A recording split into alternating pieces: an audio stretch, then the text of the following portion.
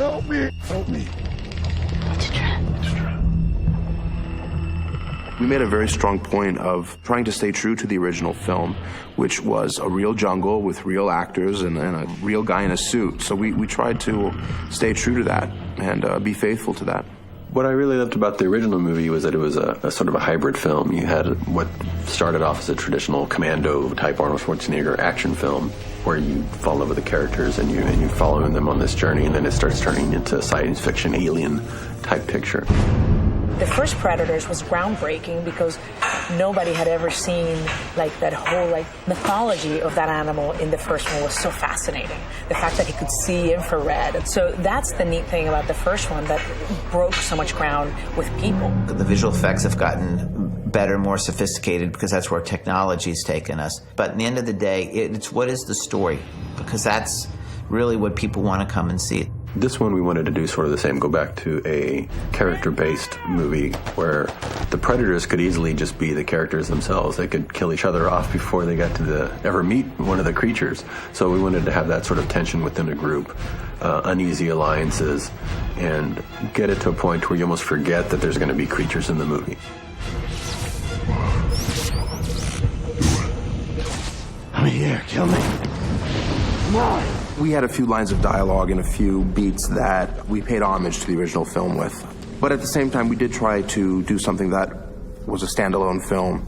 So though there are nods, we didn't want to, ride on his coattails or anything. This planet is a game preserve. And we're the game.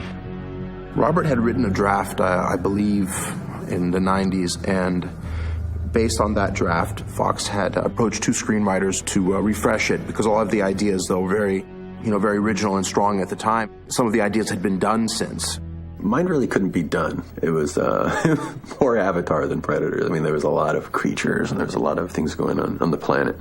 He wanted to take it just more about the hunt and more about the chase and more about the suspense of that. So it was a cooler direction. It was much more economical, not just financially, but really story-wise. It was more economical and cut to the bone and cut to the emotions more. So it was a good choice. I was really in love with the concept, though, of the most dangerous game, of hunters being hunted. And I thought that was something that was very appealing.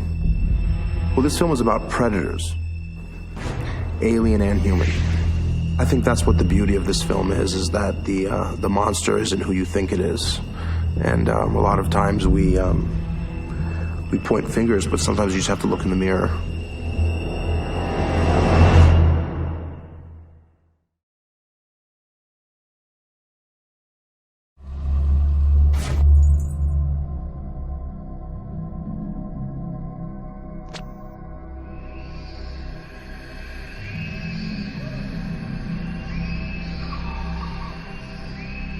Quiet, we're rolling! Gyula Pados, my director of photography, and Steve Joyner and Kayla, we all sat down and we tried to think of other films that had epic jungle scenes in it that really, really visually was stunning and complemented what the story was trying to achieve. Everything from The Sorcerer to, of course, the original Predators to Arachnophobia.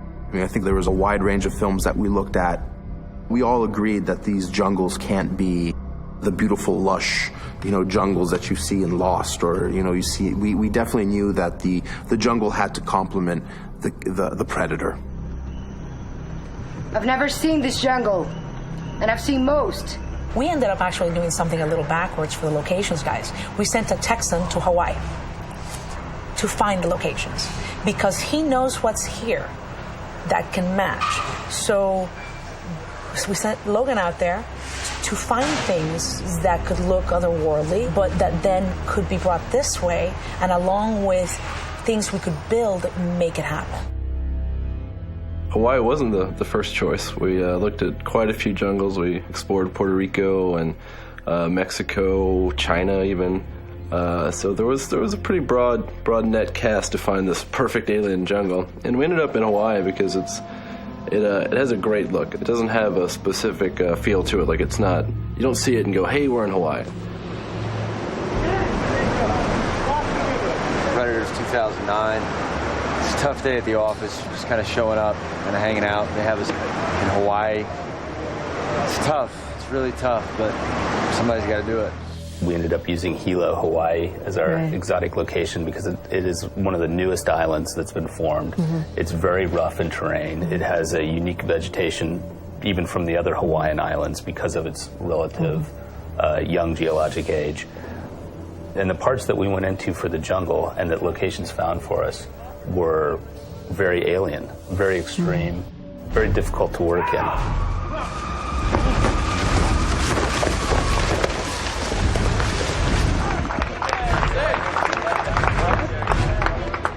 From the very early things I've done, I was always very lucky to be surrounded by stuntmen who were extraordinary at what they did.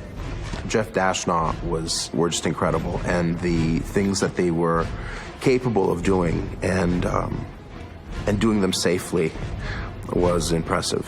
It was really impressive. I'm gonna do my own stunt. Check that out. That's the drop that they're doing today. Oh my God! That's crazy. The high fall into the water is something that I think Nimrod was very happy with that sequence. And, you know, it was a little bit nerve-wracking for me because, as far as I know, just locals in Hawaii were the only ones that ever dove that. And, you know, you hear, oh, it's 50 feet deep, 30 feet deep. And we actually went out there and it was like 12 feet deep coming from 80 feet. So we had to do a little prep work there. I get worried about jumping into a pool sometimes, let alone jumping off an 80-foot cliff. So it was pretty impressive. You know, the fact that they were able to do the things that they did was incredible, but the fact that they were able to stand up at the end of it, you know, and give me a hug, that meant a lot.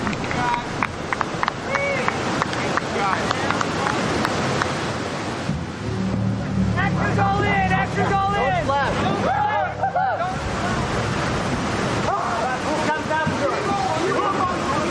This is just like what it was like almost every day on that 70 show. So there's nothing new to me. That was so much fun. Oh my God. You know, when I read this, I thought, we're not really gonna, this isn't really gonna happen. It really happened. It's unbelievable, man. Very cool. There were a few locations which we tried to match to Hawaii, which we actually found practically here in Texas. We also found a lot of locations that were very otherworldly, alien looking, not far from Austin. So Austin is weird. So this is Hamilton Pool. It's a county park. It's definitely a natural wonder. It's an amazing place, and we're very lucky to be here. We had to put a lot of environmental concerns at the forefront to be able to work in such a sensitive area. And we were very lucky to have the county cooperating with us and letting us be here to film. The problem is we scouted this location about 2 months ago, and there was no waterfall. That's the first part of the problem. The second part of the problem was it was much warmer. So suddenly, a scene that was meant to go from a very angry place to almost an intimate place has been ruined because we have, though gorgeous, but completely impractical waterfall. My actors are freezing. The sound department hates my guts because we can't hear anything. I put my DP in the water as well, so he's not very happy with me right now either. This is a tough day. I'm so proud of them. That water is so cold. Nobody would want to be there. People talk about the glamorous Hollywood life of actors. There you go. The water is cold. My understanding that Texas is actually in the south, but I guess not. But the air temperature is much colder, so it's great. I feel like I'm earning my stripes, you know? Central Texas has so many weird rock formations, and Texas in general does too. I mean, you go to Big Bend, and it's like, whoa, what is this?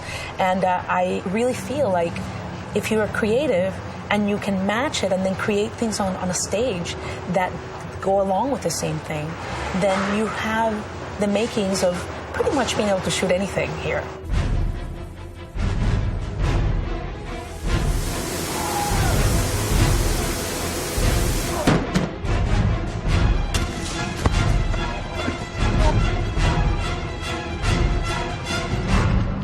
You know, the timetable is always short.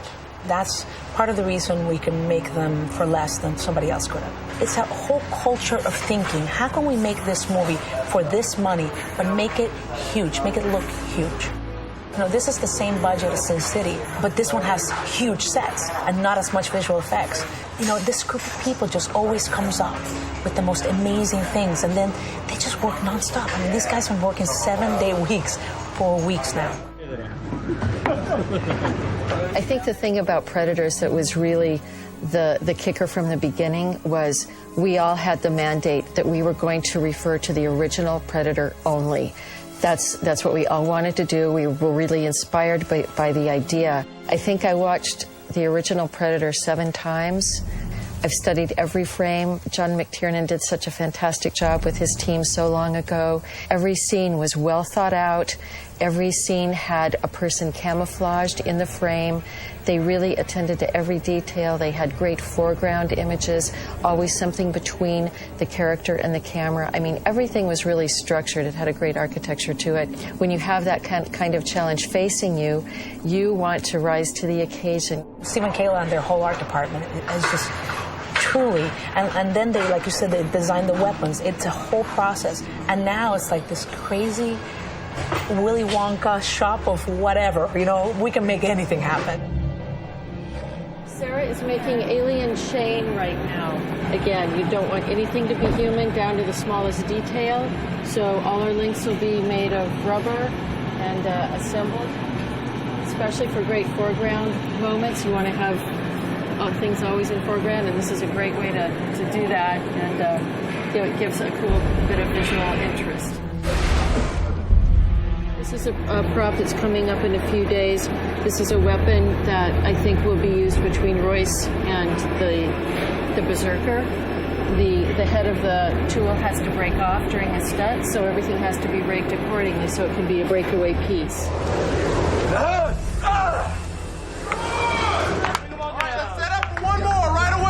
I think one thing that Robert Rodriguez achieved in Troublemakers is it is a filmmaker studio.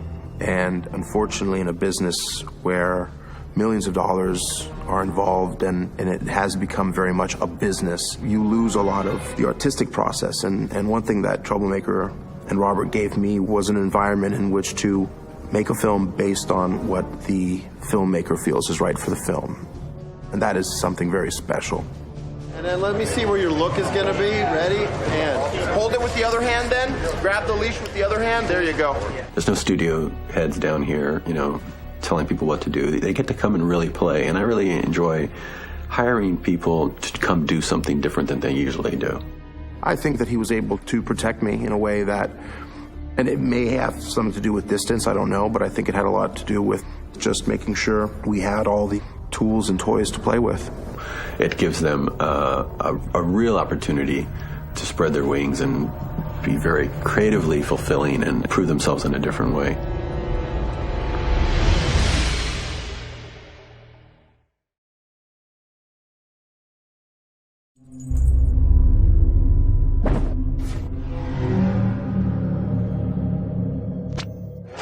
I got here Friday. Wow. I had all day yesterday and today. Jungle is and it's nice to be now in Texas. It's crazy. No, I'm truly like, and outside? Oh my God. We've gotten a very good response from the crew that actually saw the Hawaii location and shot on it. They're having a very good time reliving the hell of Hawaii. Well, first of all, how it was realized with Steve Joyner and Kayla, they were my prop masters originally from Dusk Till Dawn on. Really terrific building props, a lot of detail, and they started growing into doing vehicles. And finally, at one point, I said, okay, I'm just going to hand over the production design to you guys from now on. And so they bring this sort of detail of prop making to their sets. They literally think as filmmakers from the inside out. They don't think as, oh, let's make the set and then let the lights work the way they should. And they think of the lighting. When they build the set, they're already thinking about how it might be lit and how dramatic it could be for that character. So they think about the character. So that's why everything looks just so incredibly layered and detailed. And over the years, I was always like, I like texture, and Now the texture, by the time we got to this movie, texture is coming out about this much from the walls. So it builds a lot of depth into the picture and a lot of detail and just layers and layers of aging. And that really comes through in the hunting camp, where this is one of the places on the planet where the predators bring their prey, their caught prey, hang them up, torture them, skin them, do whatever it is that they do to them. A big part of the theme that we tried to work on, and we got great help from Nimrod and our director of photography, Yautja Transformed, is you don't know when one environment ends and the next begins. It's like, if you look out the corner of your eye, what are you seeing? Are you seeing a tree, or are you seeing a pile of bones? Where does one flicker of imagery capture you and you don't know what's happening? It kind of makes the sand shift under your feet. We set up an environment whereas the characters aren't sure where they are. And that's actually the story structure of the film. They don't know where they are, what they're doing there, or what's happened to them. The design throughout the course of the film takes the characters on their journey as they discover more and more about where they are and what they're up against and who they're ultimately dealing with here. So it was very fun to start with a very Earth-like environment, of course jungle, and then get further and further into the alien world. That was on me.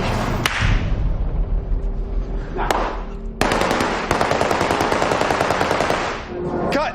Cut it! All righty. Ali! One of the big things that was a directive from Nimrod when we began day one on Predators was a specific environment called the hunting camp.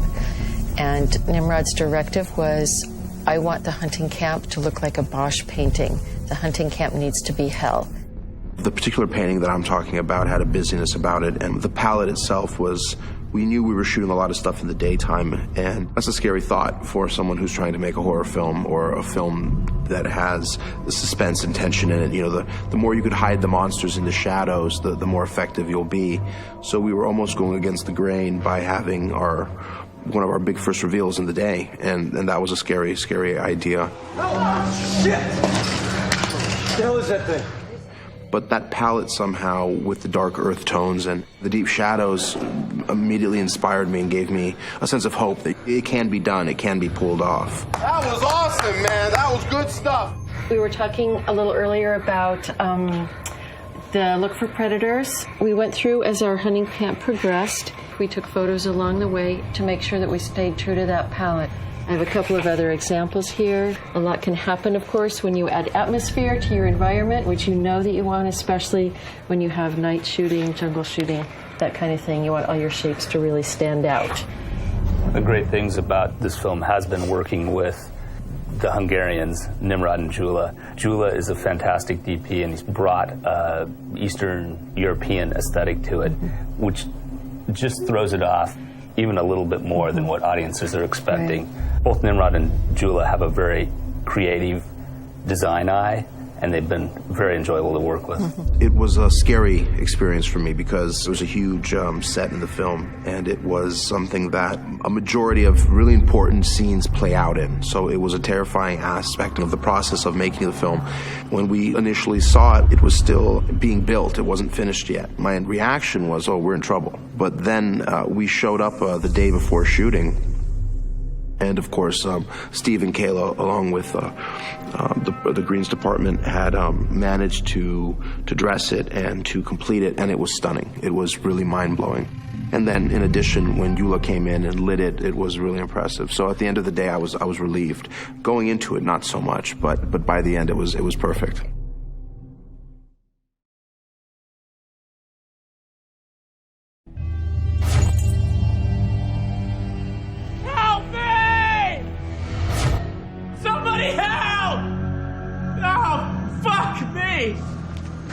I'm stuck in a tree! Do something!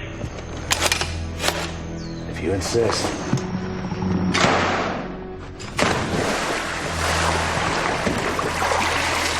Who are you?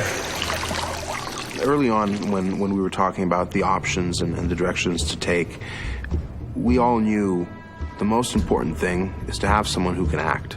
And when you're making any film, to have a good actor on the floor, you need that. I mean, you just have to have someone who brings a certain caliber of performance. Well, I always, just in my movies, try to just cast up, just get the best actors, you know, even if I was doing a comic book movie like Sin City, like, get Bruce Willis, get Benicio del Toro, you know, get Mickey Rourke, and it just elevates the material so much. I want off this planet. You understand me? It was really important for me that each character felt like they could be a star of their own movie, that they were rich enough, even if they only said a few lines, that you could picture a whole motion picture of just that character before they got to the planet, and if you were just to follow them. Then to see how they would mix together and how they would have that uneasy alliance. You put a bunch of alphas together and you guys see what happens. If you look at Aliens or if you look at Predator, those films already had a unit that had worked as a unit and that had functioned as a unit. Whereas we have a bunch of individuals thrown together who are forced to come together as a unit. So the dynamic is very different. In Predator, there was a shorthand among the characters. A glimmer or a glance was enough for one character to understand what the other was thinking, and for the viewer to understand what was happening. Whereas here, we had to take a little bit of a longer route because they didn't have that shorthand. They didn't have that knowledge of one another. But that added a sense of tension that the other film didn't have. You put us at risk for yourself. You want to be on your own?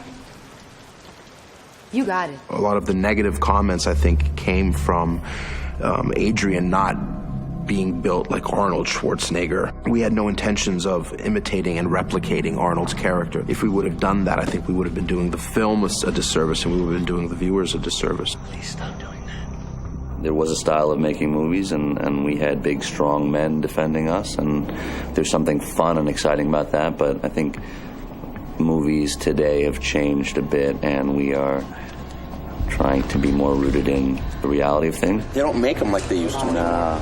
You look at what Hollywood is perpetuating as leading men. It's these teenagers, these like lady boys, you know. Bronson, McQueen, Lee Marvin. He was the man, man. So badass. With Adrian, it was a much more realistic choice of what soldiers look like today, and you can't compete with Arnold Schwarzenegger. So why are you going to go that direction? It's much better to go the other direction and do something the audience isn't expecting. That's part of what attracted me to this, and in my preliminary discussions with Robert, I stated how I wanted to create a very flawed and tragic hero for the film, and Royce is the heroic role, but he's a dark human being. I'm guessing ex-military. Black Ops. Probably a mercenary. You got a problem with that? Not at the moment. Arnold! So walk towards the front, right? Yep. I believe it's very rare that a filmmaker is able to present a woman in this kind of an atmosphere in a plausible way, in a believable way. I think most of the time they do look like they're props, or that they're you know, just the love interest for the lead actor. That was tough. I was a bit like that. That was okay. It looked like you were scared. It looked like something was coming at you, so that was perfect. She not only was believable, but she was good at what she did. I mean, she clearly sold the sniper. To be a sniper, Nimrod on top gave me a little book about snipers, and the main thing that they say is like they really need to be precise and methodic and organized.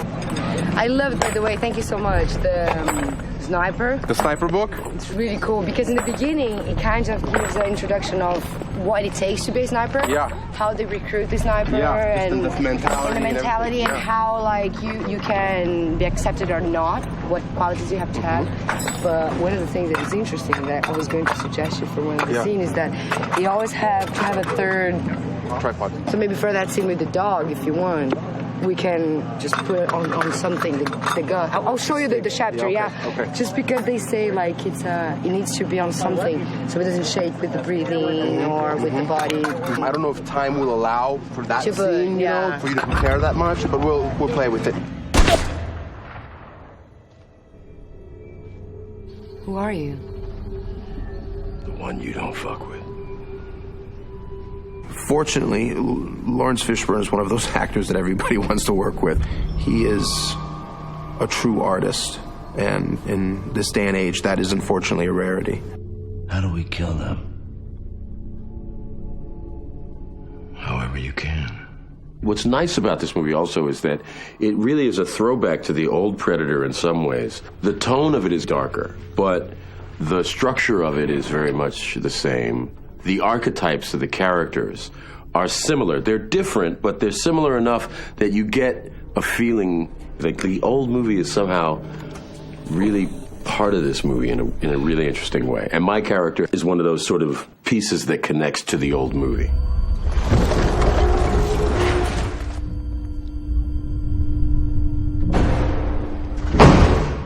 But I'm telling you, man, Louis, shirt off, 34 degrees. And the funny thing is, in all their takes, they're usually watching one another. But that day, Louis had no love because no one was there. No, Louis was alone, so no one was witness to what the dude was doing. Okay. 34 degrees, wind machine on, getting spritzed down, and not one time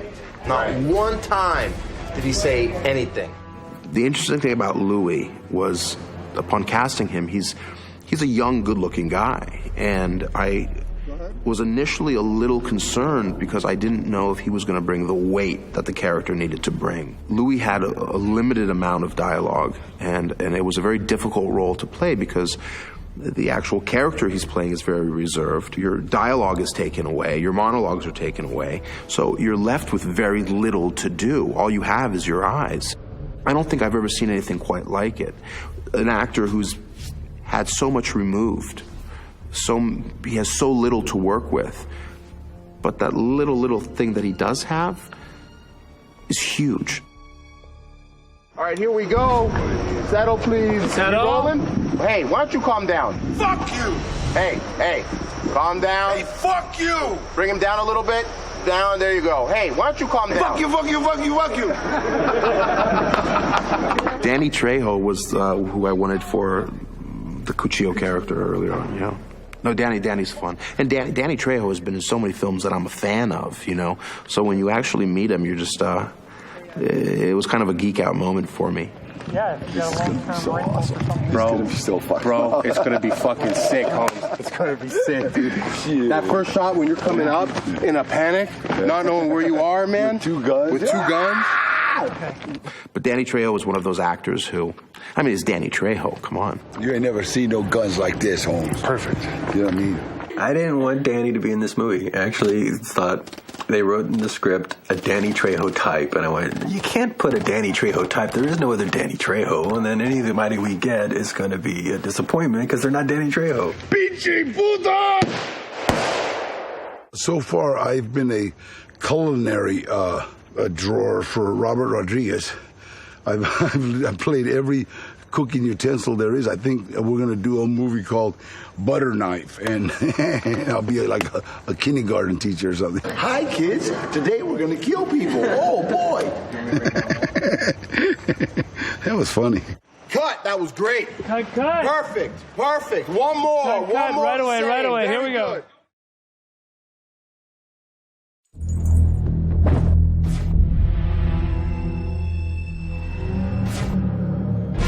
Come on!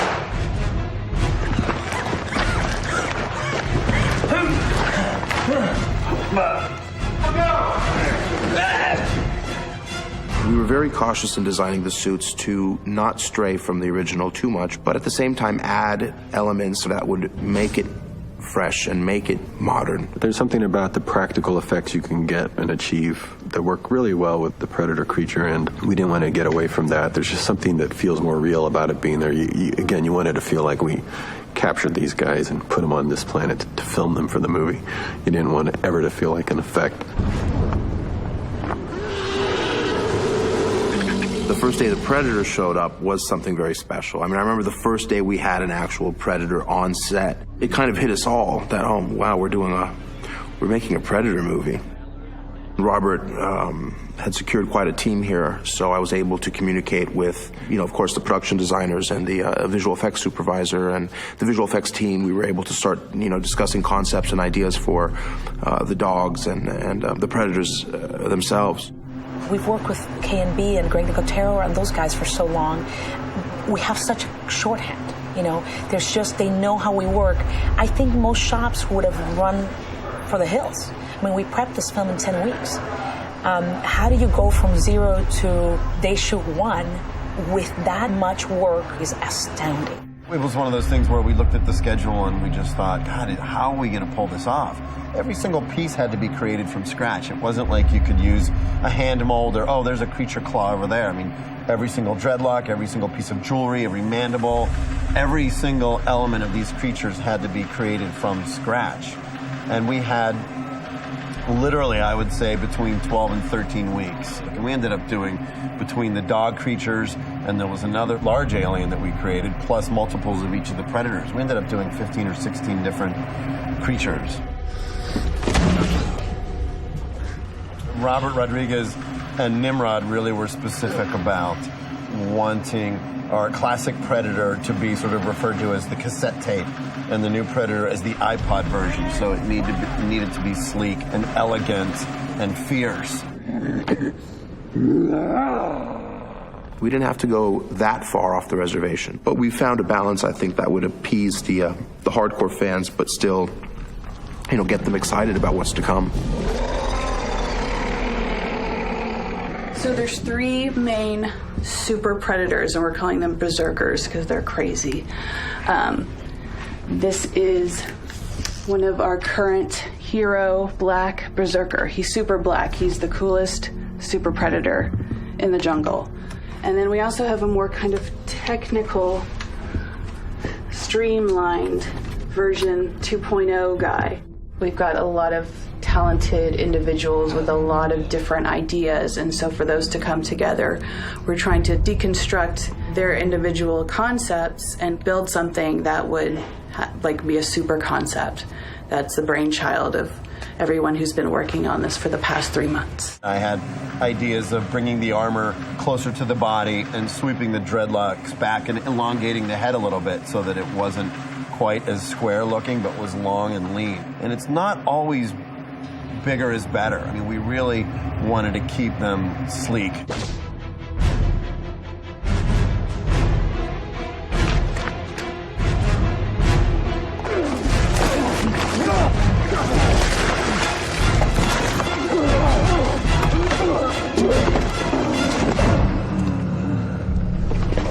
That was good. The head lull was perfect, sir.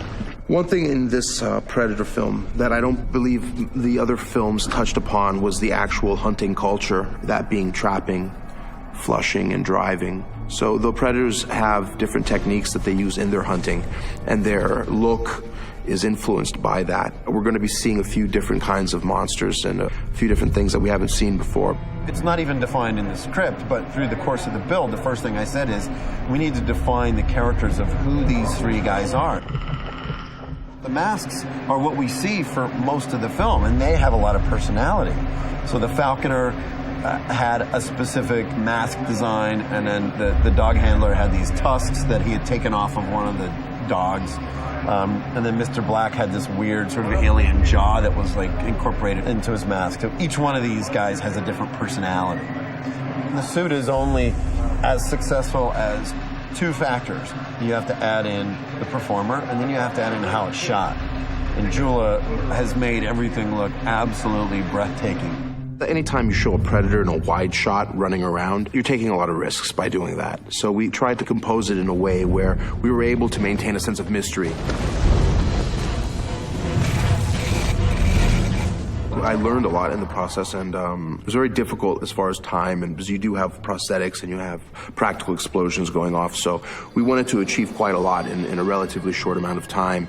When you're working with people like K&B and Greg Nicotero, who built the suits, you could just sit back and enjoy the ride. They do such a great job, and a lot of the times as a filmmaker, you're trying to fix things. You're trying to hide a bad something, you know, with lighting or adjust a performance with a cut. You know, there's a lot of tricks that you can incorporate to make something stronger. But in this case, with Greg's suits, you could literally just put the camera on it, and it was just awesome.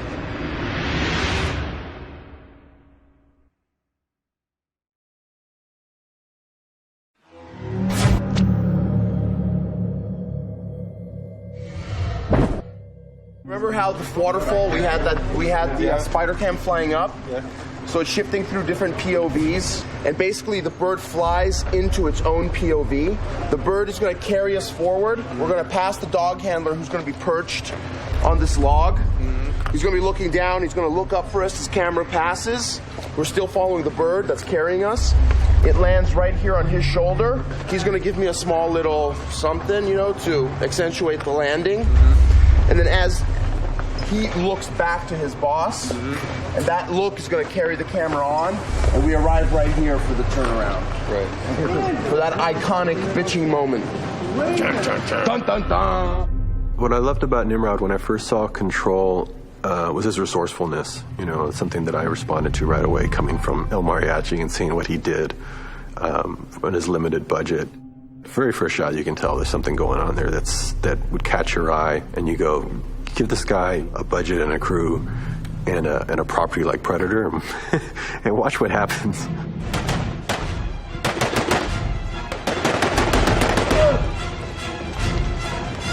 Adrian, you're a badass, bro. That was the shit. That was fucking great. My agent called me initially and asked me if I had any interest in doing Predators, which of course I did.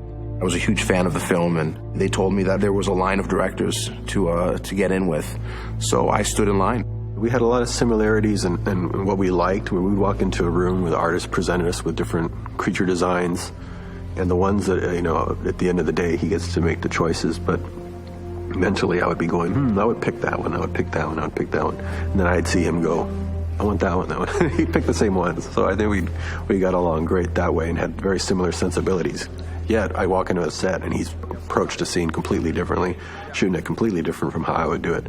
And in a great way, I'd be watching going like, damn, it's really true. You can hand, you know, 3 directors the same scene and they'll shoot it completely different from a different point of view. There's no one right way to do anything. It's just it's a vision, it's an approach.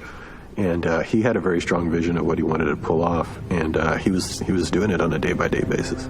All I can tell you guys is the only reason I can be an idiot and scream and dance around is I'm feeding off of all that energy you guys give me. I haven't been with my family for 5 months, and I feel the love that you guys give me, and I am so grateful because it goes on to the film, and everybody, thank you guys. It's really fucking kick-ass what you all do, and I want you guys to give yourselves a big fucking hand because you guys deserve it more than anybody, man. So thank you so much. Trying to make a Predator film is stressful in itself, but trying to make a Predator film for Robert Rodriguez was a little bit, added a little stress to the mix, but he gave me all the support that I could have asked for. And when I'd freak out, and there were a few times that I'd freak out, I'd go up to Robert just like freaking out, and he'd go, dude, you're making a Predator. It's like, there's no problem here. The problems we have that we're making a Predator movie. Yeah. I mean, one of his best quotes was, imagine what you would have thought of having a problem like this 10 years ago. And it was really appropriate because it did put me in my place for a moment. I just realized, you know what? Right. 10 years ago, I thought, one day I'm going to be just like overwhelmed on the set of a Predator movie. What a great problem. I'll take that problem. I'll take that problem right now. I'll take that problem 10 years early. I said, there's no problems, only challenges. It was a great challenge, and Nimrod stepped up. Everyone stepped up out of the love of Predators. That's right. Predators.